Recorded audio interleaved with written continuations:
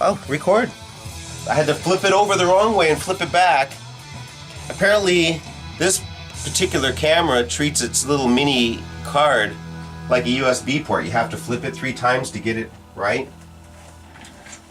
Okay, so that's recording, and I'll cut off any of our banter before the show. Whereas when this one records, it doesn't get any of our audio until we bring it through the board. So let's see. Do you ever use any video editing programs? You know, you're PC based. You don't use. I can. I mean, iMovie is a really simple. Because I can put I imagine I can put iMovie on either of these iMacs, and then I have Movie Maker, which is like Windows based, so I can do editing. But typically, the only editing I do with Movie Maker is I cut the music off each end of these interview shows. Then I put it on YouTube, and they don't hit me for licensing. Because if you have 3 words of a song, they'll flag. Yeah, how do you bypass that? How do you put a copyrighted song on a website without Google busting you? When we did the show where we had like the Bob song was on it, I mean there was some tunes on it, I disputed with YouTube and said, I work for a low power radio station that pays music licensing fees, so don't flag this.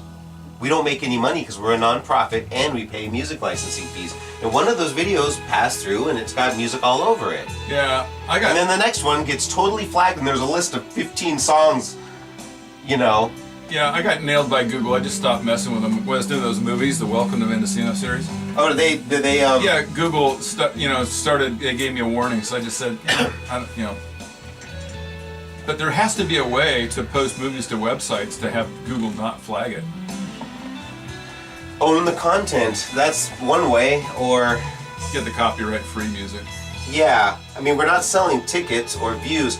See, I think if you were going to have Google sell ads over your videos, you know how they have ads every time you watch a video, an ad comes up, says skip this ad in 5 seconds. If they're not selling ads for it, they should let it go. If they're going to sell ads for it, now I see the issue. Yeah. You know, because Tupac wants his 2/100ths of a penny per view. Right, whatever. Yeah.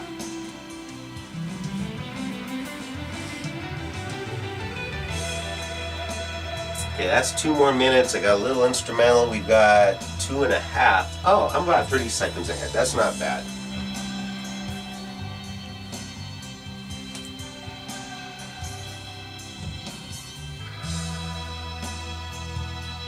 Yeah, I've been wondering since I ran that piece, the nonprofits in Mendocino County, why the nonprofits in Mendocino County are broke. Hello? This is like a super nonprofit. This is like, manna for all the other nonprofits. Not just money, but advice.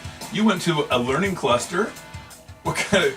Well, you know what? There were a few, very, very few out of, the 30-some people that were there. There's a pretty good-sized group. I mean, we were scrunched chair to chair in this whole meeting room. And I saw very few people were scribbling notes, and I was scribbling a lot of notes, including pages of the head count when I went in, and then when 2 people would leave and another would come in, I would readjust the head count to figure out if you just took the money you have available in this grant cycle and gave it to everybody evenly, you'd have X. Or let's adjust it for X. And I only need this much, which means you guys can share the other 4,800 or the other 3,800 of the $5,000 per person. You guys can have it if I can get my 1,200. I mean, I want to be reasonable. That was one of my comments in the class, and they're looking at me like I'm crazy. I'm like, none of you here are doing the math? Somebody's going to get a grant here and somebody's not going to get a grant here. Right. Or we could all share $5,000 each. Right. That's... Anyway. And that's why I'm really pushing for itemizing these grant recipients, which they don't do. The Sonoma County does. Do my station ID. Steve Wilson there taking us up to the top of the hour with a couple of his interesting tracks. This is 107.7 KNYOLP, streaming on the web at knyo.org. It's now time for the pregame show of what I like to call, it's the Wagner Variety Show from 6 to 9 officially. But those that are in the know of KNYO, know that Joe Kidd likes to log on at 5 o'clock typically. And sometimes I have special guests in the studio. By the way, a little forecast. Next Wednesday, if all goes right, I'm going to have Matthew Westmoreland coming back in for his second pass. Actually, it'll be his 3rd time in the studio playing acoustic music, mostly originals. I might get him to play some Johnny Cash. We'll see. And he's a barrel of fun. He's going to be opening up a gig at the Inglenook Community Center on the 26th. And so I'll be really happy to have him in the studio again. Otherwise, though, I have a special guest this evening, and I'm going to start my news bumper right now. KNYO-LP Fort Bragg. Here we go. All right, well, Fort Bragg, USA, another episode of that introductory hour to the Wagner Variety Show where I get crazy. I know last time we had a pretty interesting time when I had two guys in here. It was a little radical. Not counting multiple personalities. All right, well, you guys heard that voice. I have Scott Peterson in here again, and the history I've had with Scott Peterson on my radio show is talking about local issues with finance and balancing when it comes to nonprofits and what really amounts to public information. So, Fort Bragg, USA, here we are. Welcome back, Scott. Thanks, Joe. We're here again. So, let me start with a question. When did you first get into finding the target-rich environment, which is a term you tend to use about nonprofits financially, I guess? It started with an email that I got from a friend of mine, Mitch Clogg in Mendocino, who had picked something up off the local listserv. And the MC industry. yeah, exactly. And it was about the senior center because there had just been this mass resignation at the senior center in Fort Bragg. Okay. And what year was that? God, that was, I think, 12. Okay, so it's been a while. It's been a while. Yeah. And there was somebody was giving advice. It was Charlene McAllister was giving somebody advice, and it's like, if anybody should not give advice, it's Charlene McAllister. Okay. And she was saying to Sakina Bush, who is Charles Bush, the director of the senior center, Sure. his wife or SO, that all you needed to run a good nonprofit were good bylaws. Okay. And that's like saying, well, all you need is wet water or air you can breathe. And it's like my head exploded. I just went, oh my God, where has this woman been and what has she done? There has to be a trail that wouldn't be that easy to spot, like a buffalo trail in Sure. Dancing with Wolves, like this giant swath. And sure enough, I look at the hospital foundation, and there it is. Just huge discrepancies, lots of questionable transactions, wine song. Yes. And that was my introduction to nonprofit nonsense. So it kind of started with Mendocino Coast District Hospital and Yes. Senior Center Yeah. and Wine Song. Yeah. Okay. All And right. then I thought, well, it can't be like this everywhere. And so I started looking No. at other nonprofits, and it was the parable I used. If you've ever been hiking, Sure. there's a place in the Trinities called Grizzly Meadows, and to get to Grizzly Meadows, you have to hike through this little creekside trail called Rattlesnake Creek is the name of the Okay. creek, right? And there's a lot of ferns and bushes, a kind of a narrow trail. Places for rattlesnakes to jump out. Right, and you got its think- name from somewhere, right? And you think, well, it's called Rattlesnake Creek, but it's not really full of rattlesnakes. And so when you hike, you bring sandals so that when you're done with the end of day hike, you get your hiking boots off, get your sandals on, get your fishing rod, and go down fishing in the creek. Okay. So I was walking along this creek, and I just thought, I wonder what's under this leaf. Rattlesnake. That's why they called it Rattlesnake Creek. And so the nonprofits in Mendocino County, it's like Rattlesnake Creek. There is nonprofit nonsense everywhere here, everywhere. Okay. Now, when I first had you on and you had gone through like 990s, which are public documents that are posted online by the IRS that all nonprofits are supposed to be dealing with, you had mentioned, and this is over a year ago, you mentioned, well, KNYO was late on a filing, and when I mentioned it to our station manager, Bob, nobody's happy, when they find out their paperwork isn't compliant, but we got, into compliance, and we deal with such a small budget that if we were out of compliance, how much could we lose or be unaccounted for when our budget yearly is $12,000 to $15,000 or something that small? Well, Can't be too much, but and then you went on to some other nonprofits, including like Mendocino County Public Broadcast and some more. But the one that's on the radar right now that we've been discussing the quite a mega bit. nonprofit. Yes, is it the biggest? Do you think? I think it's the Next biggest. to the hospital, It's or the biggest nonprofit asset-wise, net asset-wise in Mendocino County. and that's the community. The Community Foundation of Mendocino County. Yeah. Now they did change it. It used to be called Community Foundation, and they Okay. amended their articles to the community foundation. But of was it Mendocino always? County. But in the beginning, it was still of Mendocino County. Right. Also. It was. Okay. It was. Maybe it was Mendocino County Community Foundation. They changed. They made a big thing of registering their articles with the state.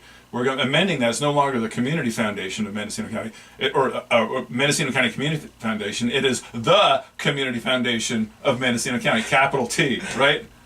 Yeah, that's kind of funny. You remember Sarah Palin? A few years back, decided to start her site. sarahpalin.com or something.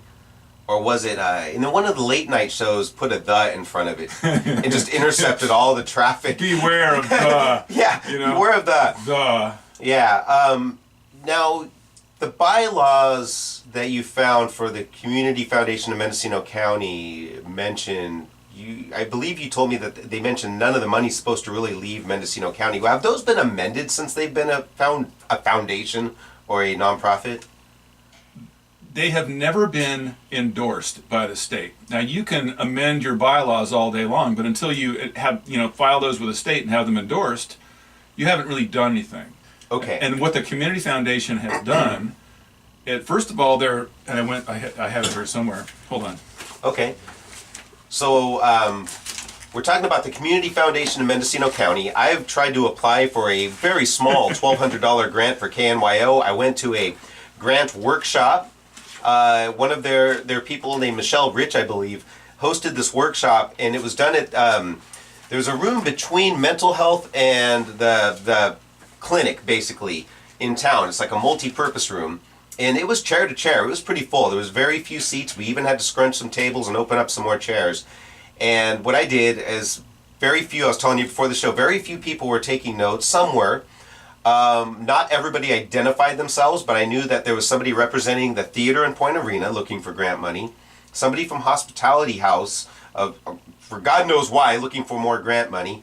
I was there representing probably the smallest nonprofit there.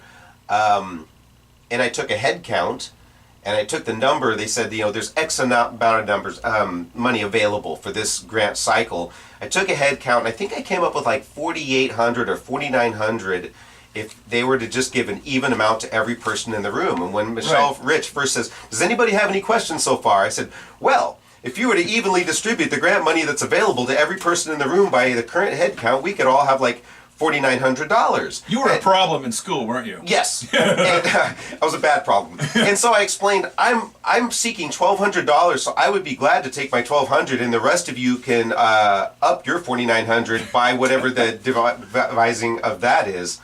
And as 2 or 3 people would leave in the middle of the workshop, then a few would come in. I would adjust my number, and I believe at the end of the workshop, it was still like $4,500, $4,600 per person if they evenly distributed. Now, in the end, I didn't get my $1,200, but Mendocino County Public Broadcast, our big red-headed ugly stepsister down there in Anderson Valley, which has a lot of nice people volunteering for them, yes, with a high-paid manager, and I believe they have a guy that gets paid to bring in underwriters or something. There's a few paid positions, but none of the they hide their Form Sure. 990s from the board. Yeah. Well, they got $5,000 from the Community Foundation for office space in Ukiah for the new news bureau that, at this point, I believe is still unused news space. So Right, good use of it's money. interesting when I wonder what kind of language they used in their grant application to explain how this $5,000 was going to be used. Because I wrote and I filled up down to the last word on every application box I added words or subtracted, and I made the language as mushy as possible on how this would improve all of our programmers' broadcasts and could help us be more self-sufficient for merely $1,200, which I could take $1,200 from under my underwear in my bedroom in cash, which is where I hide my cash. Nobody knows that. Now you know it. And I could just go buy that broadcasting board, but it's about principle. We have a lot of broadcasters. I'd like everybody to pitch in or try my hand at grants. I want to get to the bottom of that, Joe. I want to find out why your grant application was declined by the Community Foundation of Mendocino County, because during that grant cycle, they sent a lot of money out of state, out of county and out of state. Sure. To entities that were rich entities, filthy rich entities that had no business taking that money. Sure. And there's a lot of grant money that was not accounted for in the Form 990 that went out God knows where. So I Well, want it didn't go find to out. KNYO. I know that. Well, yeah, we know that. And the thing was that, as you know, we had a meeting scheduled with Megan Allende Sure. in Point Arena tomorrow. She changed the dates around. And Now, then did you set canceled. that up in Point Arena, or did she already have a meeting, or is this? No, I set that up with Okay. Peter Reimuller, who's a donor. Okay. And because he had some questions about where the money was going, why money was going out of state, Sure. because he had donated money that he thought was going to the South Coast Angels Fund, which seems to be a non-existent fund or a fund they're not reporting. But back to your question, this Sure. this is This is going to be hard to see these on are our the cams in endorsed- here. The endorsed articles of incorporation dated 1993, and verbatim, the specific purposes corporation are to establish and increase flexible permanent funds that can be used at the discretion of the foundation board to meet needs within the area of the county of Mendocino and its service areas. Period. Service areas. That's pretty loose. Well, I don't think that Washington State or Florida or Dollywood. Colorado or Utah or Los Angeles is a service area of Mendocino County. No, because we could send all our transient population there. Now, Oh no, I mean I'm kind of mushing up subjects there, but these are a couple of bylaw amendments that you can get from the Community Foundation website. And Okay. You'll notice that they have no endorsements on them. They've Okay. never sent them to the state. They've never been approved. okay. Now they're going by these nonetheless, but the language is essentially the same in here, although it's ambiguous. That they're not supposed to. That what they're saying in the bylaws is that donors don't have control over the funds. You can't. They don't allow the donors to restrict the funds. Yeah. But Allende's defense of all this money going out of state was that it was the donors who were saying that I'm giving this money, but it has to go out of state, which makes no sense. No donor Yeah. in Mendocino County is going to donate money so it can go to a filthy rich nonprofit in Bainbridge Island, Washington, where the poverty rate's 6%, while here it's 20%. That makes no sense. I thought it was higher than that here, but Well, 20%. I mean, not sure. I think that's probably getting more real. Is the more the price